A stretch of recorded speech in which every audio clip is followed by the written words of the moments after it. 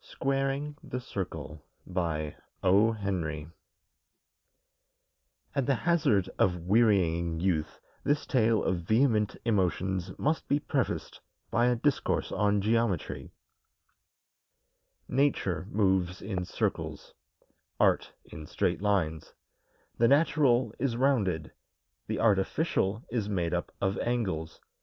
A man lost in the snow wanders, in spite of himself, in perfect circles.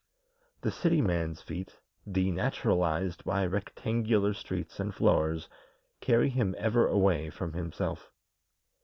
The round eyes of childhood typify innocence. The narrow line of the flirt's optic proves the invasion of art. The horizontal mouth is the mark of determined cunning. Who has not read nature's most spontaneous lyric in lips rounded for the candid kiss? Beauty is nature in perfection. Circularity is its chief attribute. Behold the full moon, the enchanting gold ball, the domes of splendid temples, the huckleberry pie, the wedding ring, the circus ring, the ring for the waiter, and the round of drinks. On the other hand, straight lines show that nature has been deflected.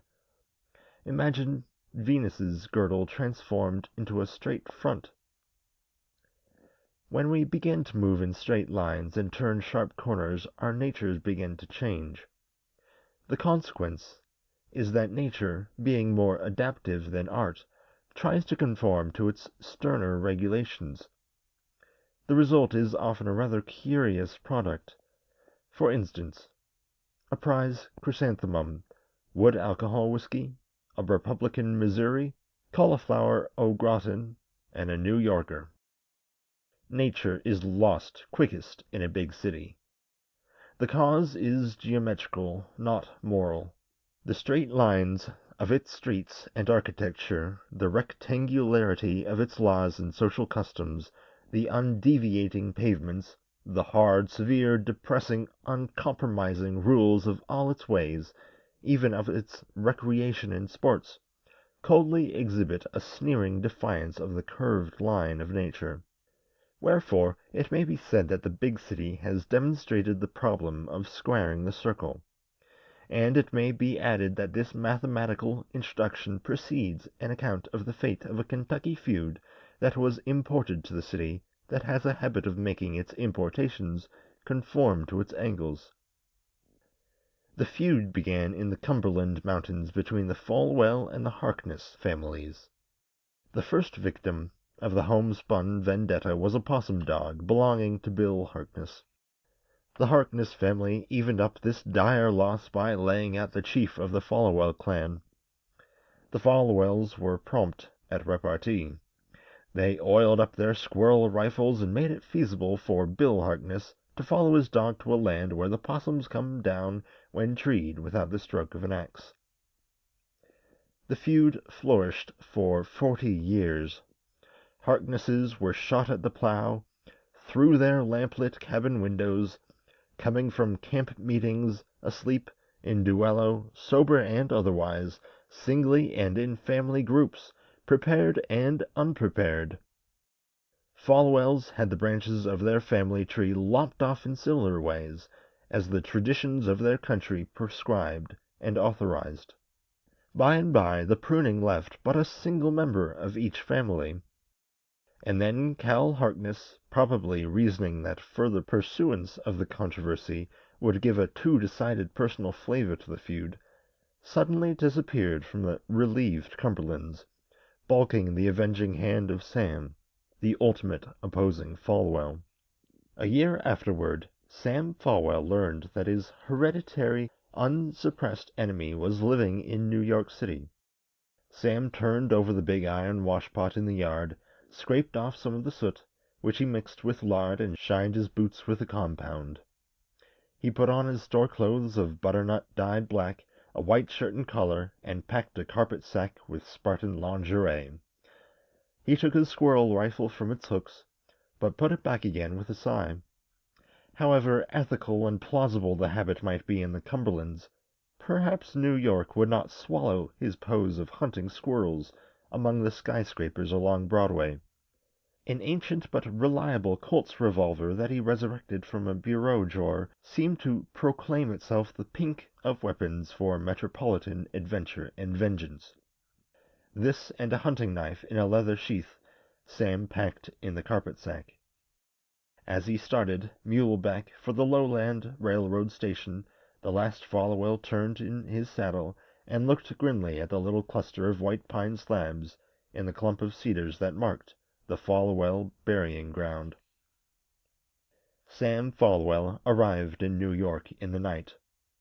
Still moving and living in the free circles of nature, he did not perceive the formidable, pitiless, restless, fierce angles of the great city waiting in the dark to close about the rotundity of his heart and brain and mold him to the form of its millions of reshaped victims.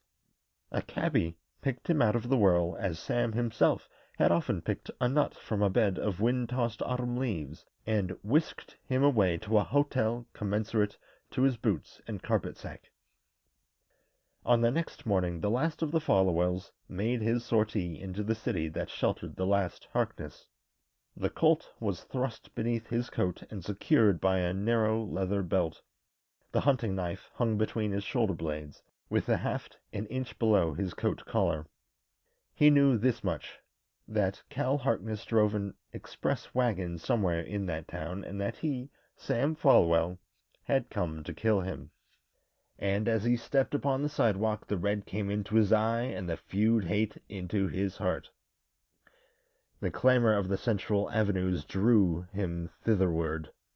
He had half expected to see Cal coming down the street in his shirt sleeves with a jug and a whip in his hand, just as he would have seen him in Frankfort or Laurel City. But an hour went by and Cal did not appear. Perhaps he was waiting in ambush, to shoot him from a door or a window. Sam kept a sharp eye on doors and windows for a while. About noon the city tired of playing with its mouse, and suddenly squeezed him with its straight lines. Sam Folwell stood where two great rectangular arteries of the city cross. He looked four ways, and saw the world hurled from its orbit and reduced to spirit level and tape to an edged and cornered plane. All life moved on tracks in grooves according to system, within boundaries by rote. The root of life was the cube root. The measure of existence was square measure. People streamed by in straight rows. The horrible din and crash stupefied him. Sam leaned against the sharp corner of a stone building. Those faces passed him by thousands, and none of them were turned toward him. A sudden foolish fear that he had died and was a spirit, and that they could not see him, seized him. And then the city smote him with loneliness. A fat man dropped out of the stream and stood a few feet distant, waiting for his car. Sam crept to his side, and shouted above the tumult into his ear. "The Rankinsons' hogs weighed more'n our'n a whole passel, but the mash in their neighborhood was a fine chance better than it was down." The fat man moved away unostentatiously, and bought roasted chestnuts to cover his alarm. Sam felt the need of a drop of Mountain Dew. Across the street men passed in and out through swinging doors. Brief glimpses could be had of a glistening bar and its bedeckings. A feudist crossed and essayed to enter. Again had art eliminated the familiar circle. Sam's hand found no doorknob. It slid, in vain, over a rectangular brass plate and polished oak with nothing even so large as a pin's head upon which his fingers might close. Abashed, reddened, heartbroken, he walked away from the bootless door and sat upon a step. A locust club tickled him in the ribs. "Take a walk for yourself," said the policeman. "You've been loafing around here long enough." At the next corner a shrill whistle sounded in Sam's ear. He wheeled around and saw a black-browed villain scowling at him over peanuts heaped on a steaming machine. He started across the street. An immense engine running without mules, with the voice of a bull and the smell of a smoky lamp, whizzed past, grazing his knee. A cab driver bumped him with a hub, and explained to him that kind words were invented to be used on other occasions. A motorman clanged his bell wildly, and, for once in his life, corroborated a cab driver. A large lady in a changeable silk waist dug an elbow into his back, and a newsie pensively pelted him with banana rinds, murmuring, "I hates to do it, but if anybody seen me, let it pass." Cal Harkness, his day's work over and his express wagon stabled, turned the sharp edge of the building that, by the cheek of architects, is modeled upon a safety razor. Out of the mass of hurrying people his eye picked up, 3 yards away, the surviving bloody and implacable foe of his kith and kin. He stopped short and wavered for a moment, being unarmed and sharply surprised.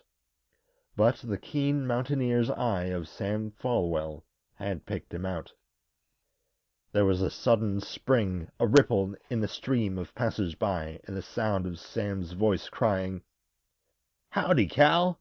I'm dern glad to see you!" And in the angles of Broadway, Fifth Avenue, and 23rd Street, the Cumberland feudists shook hands. End of Squaring the Circle by O. Henry. Read to you by Patrick Reinhardt.